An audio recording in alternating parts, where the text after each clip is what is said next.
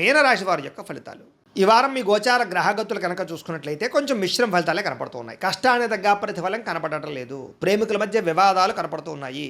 ప్రేమించిన వాళ్ళని దూరం చేసుకోవడం, కుటుంబ సభ్యుల మధ్య గొడవలు, ఇష్టమైన వస్తువులు చెడిపోవడము లేదా సెల్ ఫోన్లు పాడవడం లాంటివి కనపడుతూ ఉన్నాయి. జాగ్రత్తగా ఉండాలి.